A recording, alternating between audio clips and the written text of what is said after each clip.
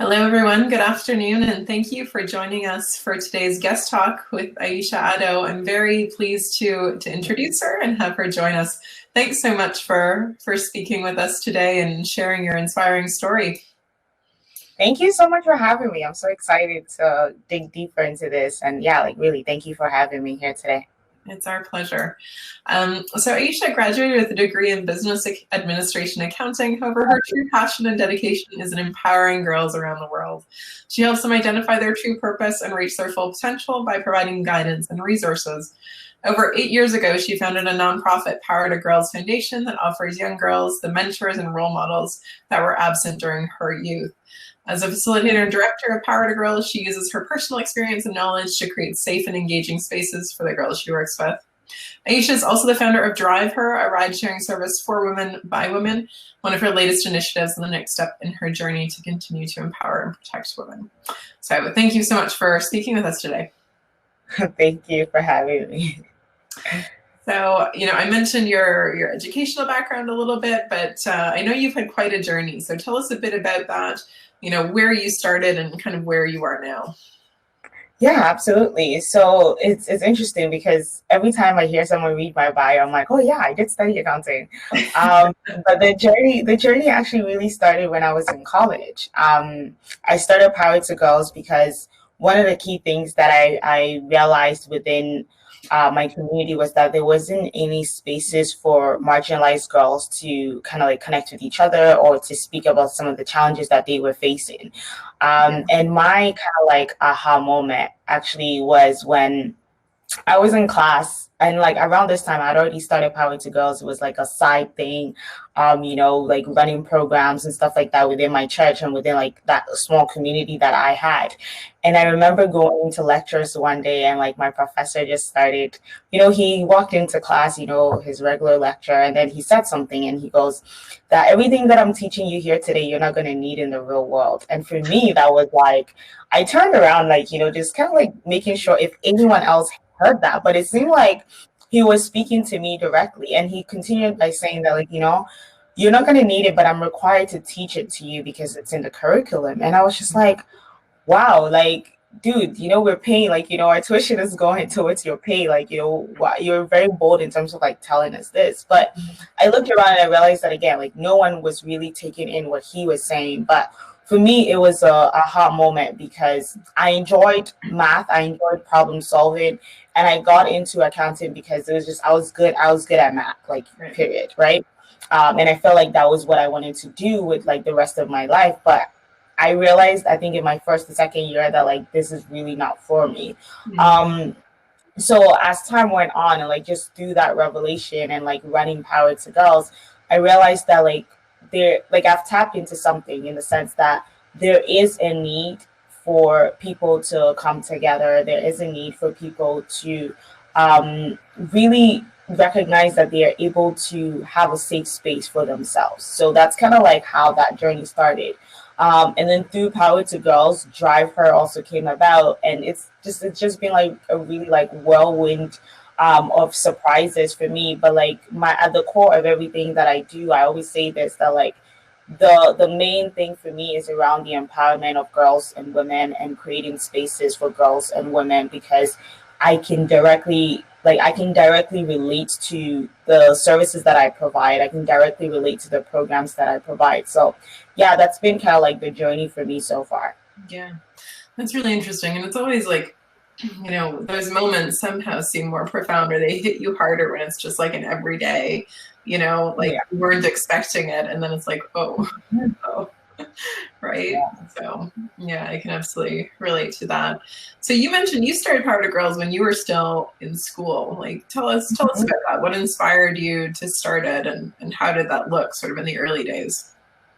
Yeah, that's a really good question. So when I started Power to Girls, like I said, I was still in college. I just graduated high school, starting college. But then there was it was a couple of things. I came to Canada as a teenager. So I came to Canada when I was like around 14. And the experience of being a 14-year-old that is kind of like thrusted into, you're in a new environment, you're in a new culture, you're in a new country. And like my very first experience of Canada was in high school. So you can imagine being an African girl coming from Ghana and, you know, having to navigate this new environment that, you know, it's like I've been thrusted in. And throughout that kind of like those moments and throughout all of that stuff, I found myself in foster care. So I actually grew up in the foster care system, and I was in the foster care system till I think I was about 17 until I actually graduated high school. But then there was a moment that, like, you know, throughout that period and throughout that transition, you know, my foster mom one day kind of like sat me down and said, you know, Aisha, these are some of the things that are expected of you as someone that has been in the system. So, you know, you're expected to, you know, be a stay-at-home mom. I mean, kind of like drop out of school, be a teenage mom, you know, end up, you know, on narcotics or like whatever it may be. And like I remember kind of like sitting down listening to what she's saying, and I was like saying to myself, like, yo, I'm not going to be your stereotype. Like, I'm not going to be just another kind of like check mark on, you know, your boxes, because that's not what I'm supposed to do in my life. So that experience really, like, it was something that stuck with me. But I also recognized that in all, like, throughout that whole transition and throughout that whole period, there was something that was very common, is that like there wasn't a lot that was expected of like marginalized girls. There wasn't a lot that was expected of like girls that were coming from like my background, like, you know what I mean, from like a systematic level to like even just like a personal level. Like when people speak to you, they don't expect, there's certain things that they just never expected of you. It could be because of the color of your skin, it could be because of where you live, it could be because of, you know, the people that you hang around with. There were just so many different things. So I remember kind of like just going through that transition, graduating high school, and then thinking to myself that like, I want to do something about this issue around, you know, the stereotypes that are placed on Black girls specifically, and how that kind of like that influences the way they show up in places. Because if, let's say, you're hearing from, you know, people around you, you're hearing from media, you're hearing from your teachers that you're not going to amount to anything, that in a way shapes up the way that you show up in places. So if you show up to a place, even though you're capable, even though you have all of like, you know, these resources available to you, there is kind of like that voice at the back of your head that's saying, oh, are you sure you're supposed to be here? Are you sure you're qualified to be in the space? So there was really, for me, that desire to change that. And that was how Power to Girls came about. And like one of the things that really kind of like solidified that was I was going to church one day, and there was this lady that was talking to this young girl, and like the girl was crying, she was bawling her eyes out, because whatever the person was saying, she was saying in a very she was saying in a very kind of like attack mode, not necessarily in an empowering or kind of like, I want to support you, I want to help you throughout that process, whatever your process is. Yeah. So I remember like kind of like observing that, and then after going up to the girl and say, hey, you know, like, I don't know whatever it is that she said to you, but you know, that's not the reality, don't listen to her. And what I'm doing is that like we've started meeting up at the church on Fridays, you know, just to have conversations about some of the challenges that you were facing and some of the things that's just going on in your life. And I'd love for you to join. So we basically started with 6 girls from my church, and we just met up every Friday. And one of the things for me that was really profound is that these girls taught me so much about myself, and I learned so much from them. So it became kind of like a reciprocal thing where like, yes, I was, you know, significantly older than them, and I was mentoring them, but then they were also mentoring me. They were keeping me accountable. They were holding me accountable. Like I remember instances where they're like, oh, Aisha, remember when you said this? Okay, so how come you're not doing that? Like, you know what I mean? So it became such a beautiful relationship. And then through that, we're like, okay, we're gonna put together a conference. We put together a conference. We had about 60 girls come out. And then I'm like, okay, I think this is definitely something that we have to keep pursuing. And then we finally, in 2013, actually officially did like our registration. So that's been kind of like the process and the journey for us so far. But then one of the things that I want to highlight is that like the girls that, you know, we started with, the girls that we've been in contact with, that we started the first program with, some of them are still engaged in the organization up to now. Like I've seen them graduate high school, I've seen them graduate university, and to me, it's so beautiful to see that there is that cycle and that reciprocity that kind of like happens, you know, within the organizations. Yeah. Wow. It's a very powerful story. I mean, you talked about some of the painful moments, some of the challenges. Was there anyone sort of during that journey that said, like, you can do this, like you have this, and was that sort of a trigger, or did you find that most of it really did have to come from within?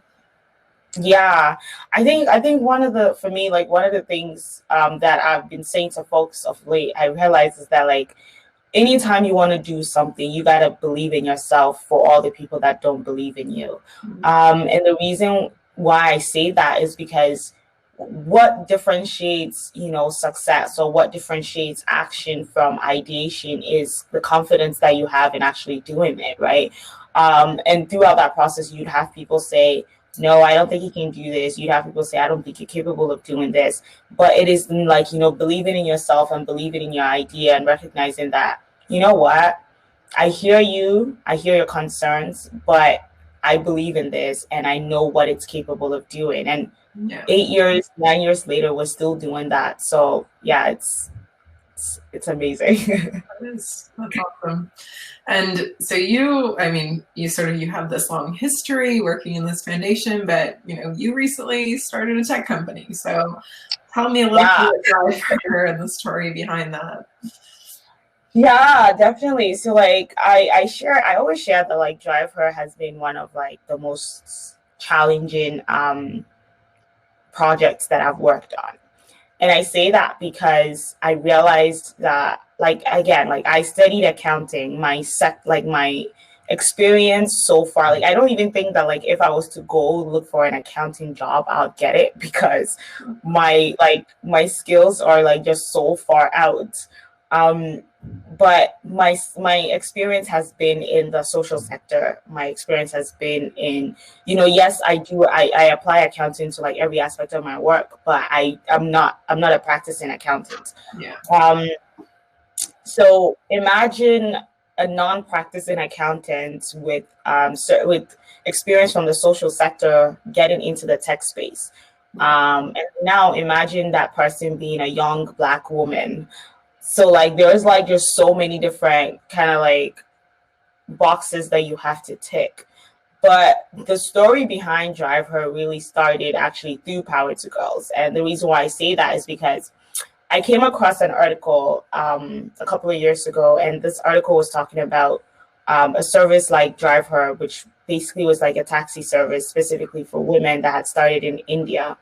And I looked at that article and I'm like, this is so amazing. This is so interesting. But again, my initial thought was that like, okay, yeah, that's India. It makes sense. The rate of violence against women is really high. And this was also on the backdrop of, you know, the young lady that was gang raped in a bus a couple of years ago. So I'm like, you know what, that makes sense. So I shared it on the Power to Girls page, and I kind of like went on with my life. But then one of the things that kind of like kept coming back to me was the fact that within Power to Girls, I had become a designated driver for my girls, regardless. Like I was that person that they would call if they were going to be staying out late. I was the person that they would call if, you know, they were going to go somewhere and they didn't know how long the TTC was going to ride for. I was that person that their parents will call to ensure that their kids were able to get home on time. Like I was that person. Like I was that designated driver for them. So as I was kind of like, you know, reading through that article, and I shared that article and I kind of like forgot about it. I remember, I think a couple of days later, and I was having a conversation with my friend. I'm like, yo, so I have this idea of creating a service for women that, you know, is going to kind of like be like, I mean, at that point in time, I didn't know exactly how I wanted to do it or if I wanted to do it at all. It was just a conversation with a friend. And he was like, oh, I think that's great. Like, you know, you can do this, you can do that, you can do that. I'm like, all right, great, sure, whatever. Let it go. But then for some reason, it kept coming up. Like, I don't know what it was, but like, it was just like, it was still something that I was thinking about. So I remember I went back home, and even like, so I'm from Ghana originally, like I said, I went back to Ghana And I was having a conversation with my dad about it. And he's like, yeah, that's great. You've always wanted to run a taxi business. I'm like, I have. He's like, yeah, like ever since ever since you kind of like left and came back, you've always wanted to do something in the transportation industry. Like you're always talking about, oh, like what if this taxi service did this? So like it's like I think looking back at it, it was something that I had wanted to do. I just didn't know how. Mm-hmm. So now I've had the idea. I have the idea. So I remember after having a conversation with my dad, I sat down and I put together a quick business plan. And then I came back to Toronto and I met up with a friend. I'm like, yo, this is the idea that I have. I need you to help me flesh it out. So we did like a whole kind of like business model canvas, and like we like identified all the different areas, all the different things that we were going to do. And I'm like, all right, great. Now how the heck do I do this? Right? Because one, like I mentioned, I'm in the social sector. I understand women. I understand the needs of women. I don't understand technology. Technology is not my greatest suit. Even though like I've been running Power to Girls for so long, I've been running Power to Girls from a social sector perspective. So now having to put together a tech-based business that is like, for profit, that was like, one kind of like a sidetrack for me that I had to like work on for myself. Yeah. So yeah, like we just started kind of like figuring that out, recognizing the different ways that we can deliver the service, the different things that we can do, how we can do that. And like, to be quite honest with you, it's been one of like the most challenging, sorry guys. It's been one of like the most challenging aspect of like, my work so far, because it is a learning curve. So yeah, like that's how DriveHer, the idea of DriveHer started. And then like, as time goes on, I can tell you more about the other stuff. Yeah, so definitely like a major transition. I mean, sort of, it's interesting too, because you have this background of accounting and like understanding, how money works and how it works in a business context. Starting a tech company is like either resource intensive or capital intensive most of the time, particularly when we talk about like network-based ones where we need to recruit drivers, and then you also have to recruit, passengers. So tell me a little bit about, so how did you actually get started with this? Was this a case of like finding someone to help building on the technology side so you could manage costs, or like, how did you fund it and how did you get it off the ground? Yeah, so that's a really good question, a heavy question. So for me personally, like I mentioned, because I am not in the tech space, one of the key things that I had to figure out for myself was how we wanted this to be. Like, how did I want this to run? How did I, like, what was like, what I mean? The idea behind it. But then more importantly, like, how did I want the services to run? So using kind of like the backdrop of some of the things that were already running. So like the Ubers and stuff of the world, I'm like, okay, well, this is something that users are already comfortable with, so it'll be easier to kind of like transition into that space and transition into that module. Right. So we did that, and then we realized that like, okay, we started kind of like looking at ways like what technology are we going to use, how we're going to use the technology, and all these different things. But then the challenge was that, like, again, I'm not a tech person. Building a service that was very tech heavy and very tech enabled. So I ended up finding like outsourcing a group of developers to put together to develop the products. We did testings, and then we did other things to ensure that like, everything was good, everything was great.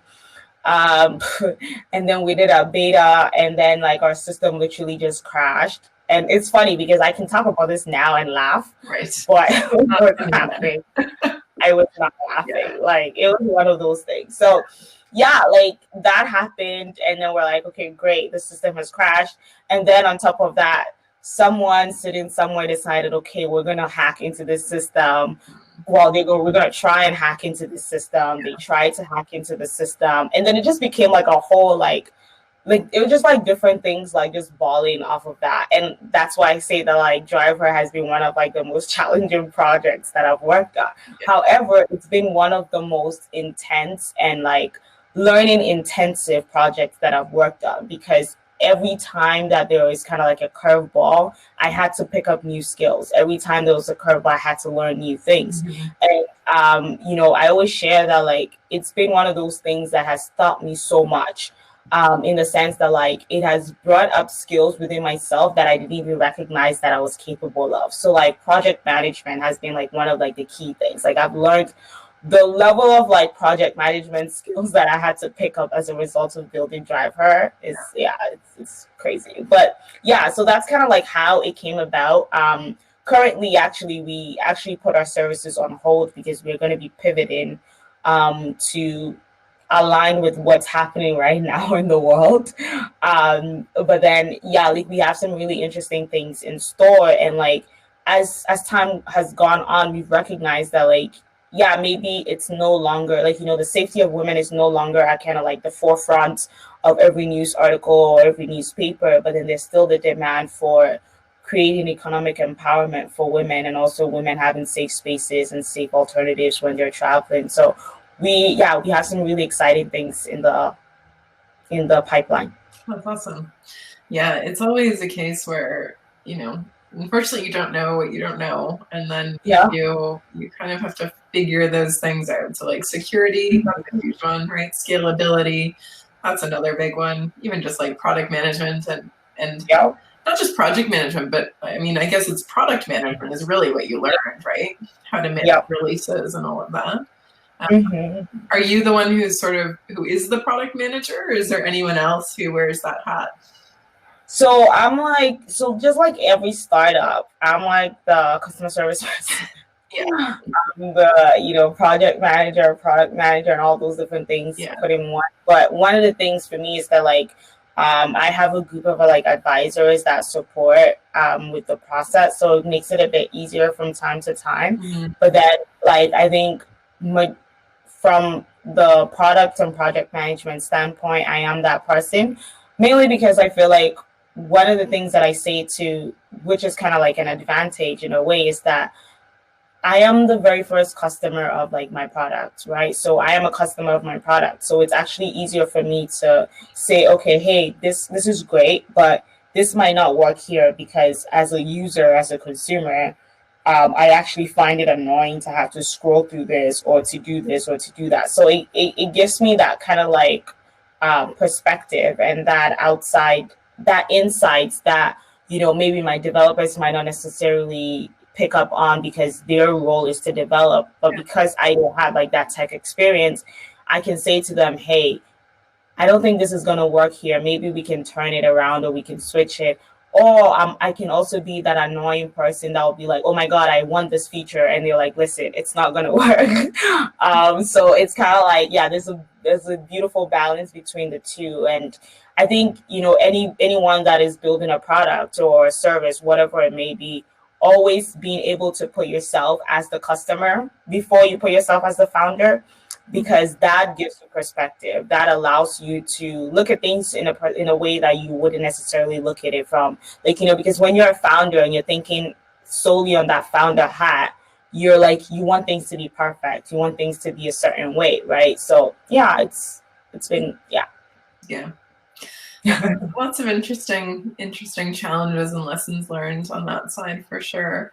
I guess the other half of that is the marketing side, right? How do you acquire customers and things like that? So today in the digital marketing class for everyone, we were talking about like customer acquisition costs, lifetime value. Like I'm sure that these are big challenges that you've dealt with, and even just thinking about like what channels do we use, how do we reach customers?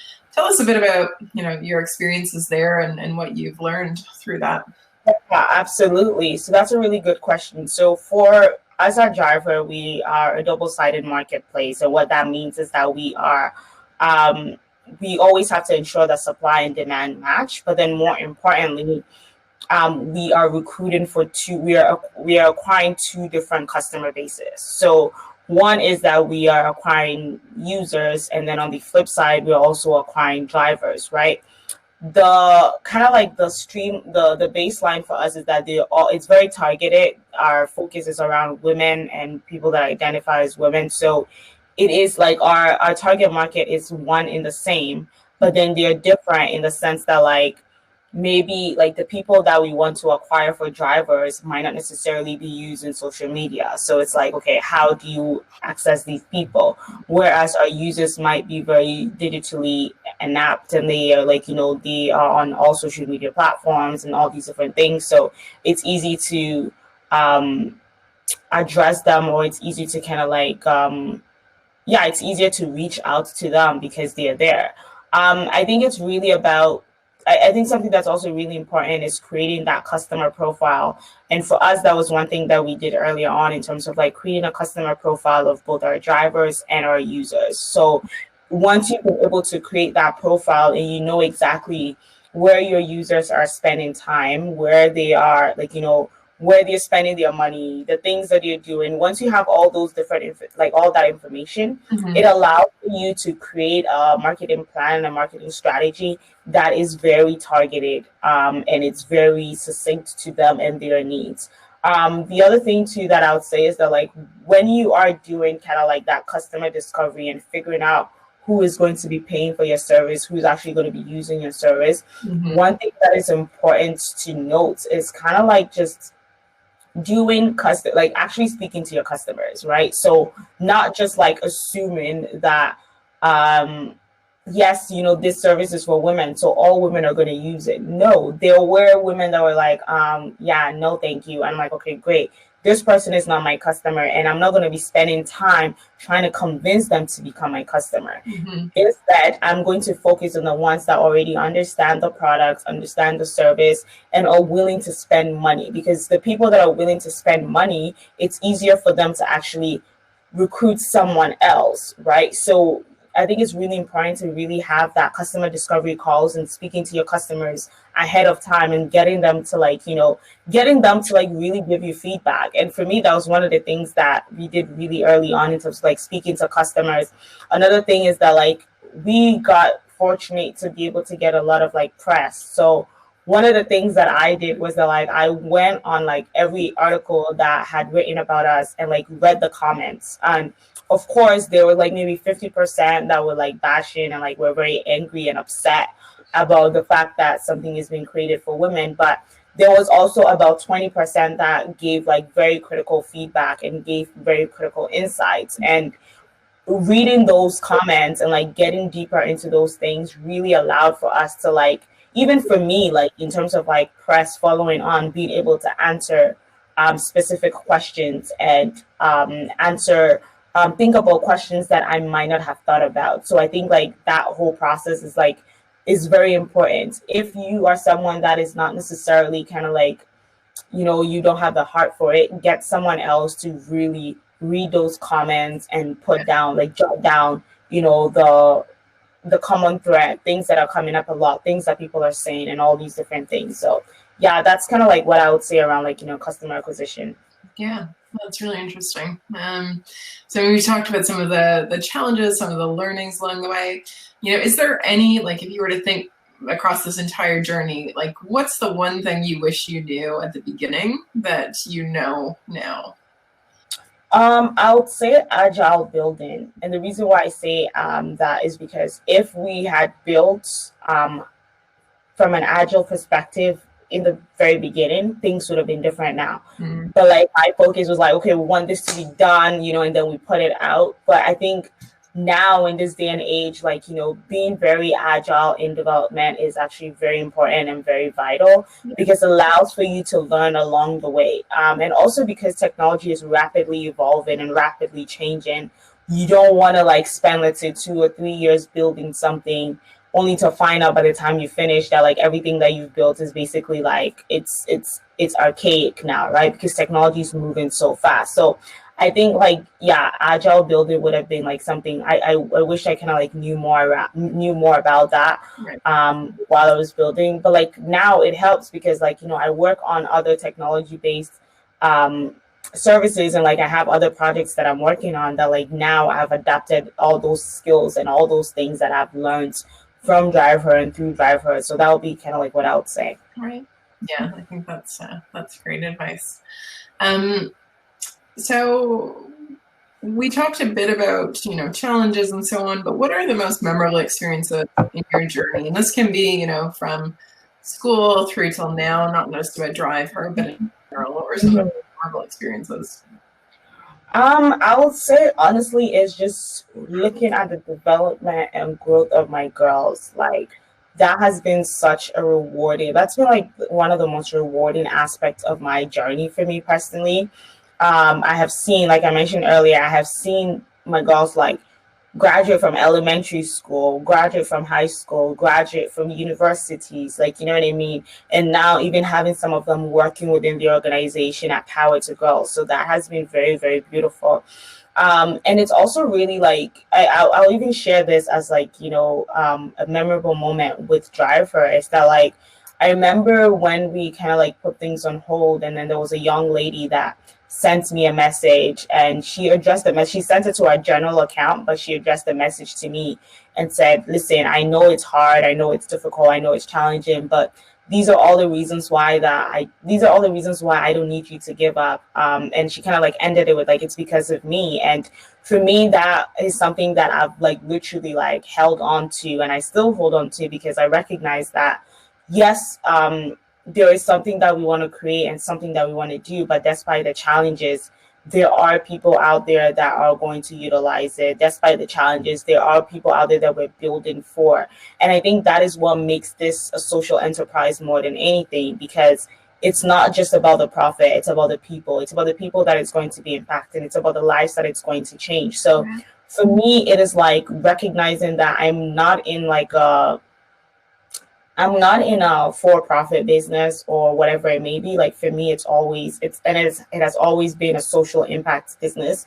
So just focusing on that and allowing that to be my anchor and be my guide. Like, challenges are gonna come, and that's the thing about entrepreneurship. Sometimes you never know where it's gonna come from. Heck, I'm pretty sure this was not supposed to be an online session, right? But due to challenges of COVID and all these different things, we've been able to adapt. So I think it's really about, one thing that I have learned in general is about adaptability. And it's about like, being able to leverage the things that you have right in front of you to excel to whatever next level that you want to excel to. So yeah, it's been quite a journey, to be quite honest, and I wouldn't have it any other way. That's awesome. So what does the next chapter look like? What does the next chapter look like for you personally and for both those organizations? Yeah, it's a really good question. Personally, I'll just say like the next 6 months just looks like me traveling somewhere. So fingers crossed.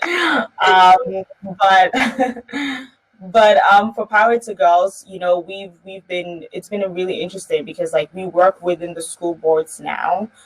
So just kind of like looking at what that would look like over the next couple of months, seeing what like even the kids going back to school, what that would look like. But we are building different platforms as well to kind of like adapt our current programming. So working on that with DriveHer, we are still kind of like strategizing and pivoting. So that might look different. It might be that we will just scrap DriveHer in North America and just move specifically to the continent or into emerging markets.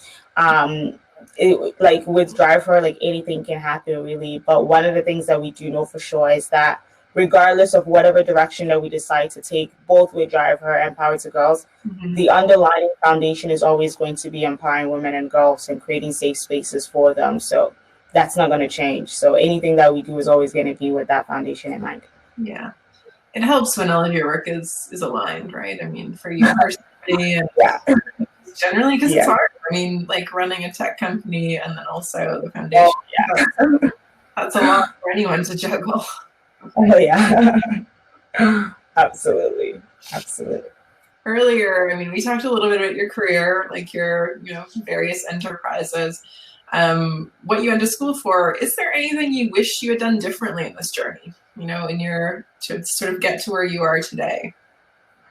To be quite honest, aside from kind of like the agile way of development specifically, I think I feel like every aspect of it's funny because I ask people this question on my podcast all the time. Is that like, if you could do this all over again, would you do it? And like they always answer yes. And I'm like, really though? But the truth of the matter is that like if I had done anything differently, I wouldn't be here. because that would mean that like I would have opened a different portal to my life, right? So it's kind of like just understanding that concept that everything kind of like works for your good, and everything kind of like merges together to bring you exactly where you're supposed to be. Because in all honesty, if I had done something differently, we would definitely probably would not be having this conversation today, right? So I think I've taken the lessons, and that's one thing, is that you always have to take the lessons with you. So I have taken the lessons, I have taken the challenges, I have taken the tears that has been shed, I have taken all of those like sleepless nights, all of those things, and I'm taking that into my future with me. So it's not necessarily that like I'll do anything differently. It's that like the lessons that I was supposed to learn from those experiences, I am taking them with me. So it becomes a transition. So if at whatever point in time my final destination is supposed to be at Z, I would always make my way back to Z, because it's all full circle. So yeah, like I think I'm just taking the lessons with me. And yeah, I wouldn't change a thing. Yeah, it's always interesting, and I mean, it's so hard to say, right? But so in some ways, my background. So I've had a similar journey to yours for biomedical science, and now today I work in nonprofit space, I work in tech, I work in marketing, and it's such a world apart from like what I went to school for, right? How are you finding, so like in your work with Power to Girls, like what are you finding a lot of their journeys are like? Because this is a story that comes up a lot. People, they don't end up doing what they think they're going to end up doing. Like, are you seeing that repeating with the girls, or do you find that there's It's very interesting, because I've had girls that are like, okay, I don't want to study social work, but my mom wants me to study social work, so I'm studying social work. I've had girls that are like, Aisha, I honestly do not know what I want to do in my life. And then we've gone through kind of like figuring out, like, doing like, a life mapping, and like figuring out what their passions are, what their interests are, and stuff like that. I've also had girls that are like very, they're very focused. They're like, this is what I want to do. This is how I want to do it. And they have like a very vivid picture of what they want to do with themselves. But then one of the things that I think has become a very common thread, and this is something that I always share with them, is that like, just make sure that like whatever it is that you're doing, and this might sound very weird given like the circumstances that we're in, but I always tell people this, is that like, if you're doing something, like, this is a question that I used to ask myself when I was younger, is that like, would you still be doing this if you were not getting paid for it? And the answer for me had always been a yes, right? So I say this to them, and I say that like, you know what, find that thing that like you'd be comfortable doing even if you're not getting paid for it, and then find a way to capitalize on it, in the sense that your passion is always going to be your why. It's always going to be the reason why you wake up in the middle of the night, right? And then you can also find something that is like, listen, this is going to pay the bills. This is going to like, this is what's going to pay the bills. This is what's going to keep me afloat. This is what's going to allow me to travel, to do all these different things that I do. And then you can do that as well. But when it comes down to it, what you have to be able to identify is, what is my life's purpose? Like, what is my goal? Like the vision, the values that I have set for myself as an individual. Like, what is my mission statement as Aisha? Like, you know what I mean? And once you've been able to identify that, everything else that does not fall under that value system or under that mission statement, you're able to kind of like let go of. And that was very vital for me personally, because that was when I was able to say, okay, well, for me, it's about empowering women and girls, creating safe spaces for girls and women. So now when I think about it, and I'm like, okay, I'm into like international development, or I'm into this, or I'm into that. Does it match up with what my value system is? If the answer is yes, then absolutely. If the answer is no, that's fine. I don't have to be everything for everyone, right? Yeah. And that even guides like the way that like, where the places that I speak at, the things that I speak at. So like, if the question is like, okay, does this fall under my value system? Yes. Okay, absolutely. Does this fall outside of my value system? Yes. Then okay, maybe this is not the right time for this. So I think all in all, it's around like figuring out what that value system is for yourself, and then use that as a guiding light. Yeah, that's really good advice. Sort of continuing on that stream, what advice would you give to women or women of color who are looking to break into the tech space? Do it. Yeah, do it. And I think you know, people normally think that there are not a lot of women in the tech space. There are a lot of women in the tech space. There are a lot of women of color in the tech space. The challenge is that they are not in the roles that are considered kind of like forefront, or the roles that you would like, you know what I mean? The roles that are glorified, right? So I always say is that, like, get into it, do it, challenge yourself, right? But also tech is not like, tech is not one way, you know. Tech is not like a one size fits all. There's different space, like there are different sectors even within the tech space itself. There are the project management, there are project managers, there are the designers, there are the developers, there are the data scientists, there are the, like, it's so broad, and it's so broad. So one thing that I always say is that, like, do not think that in order for you to be in the tech space, you have to be a developer. No, like, there's so many different areas that you can get into. And there's so many different skills that you can build as well throughout that process. So yeah, like, don't limit yourself, don't sell yourself short. And like, even this is even for youth, like, that I say to them is that, like, make sure that you pick up a tech skill. It doesn't have to be development. It will be great if it is development, but even in the development space, that is changing rapidly, because new technology is coming up every single day that is allowing you to build applications without code, for you to build systems without code, and all these different things. So make sure that you're enabling yourself from a tech perspective, and also tapping into the different areas and the different spaces that are out there. Yeah, I think that the idea that there are so many different roles and so many different aspects, it's something that people who aren't in it don't really realize, right? And even the fact that, like, it's very different to start a company versus it is to go and work for, you know, Microsoft, right? Like, those are two totally different experiences, and equally valid, but very different, right? And so there are so many different pathways into it, and there is no, you know, one way.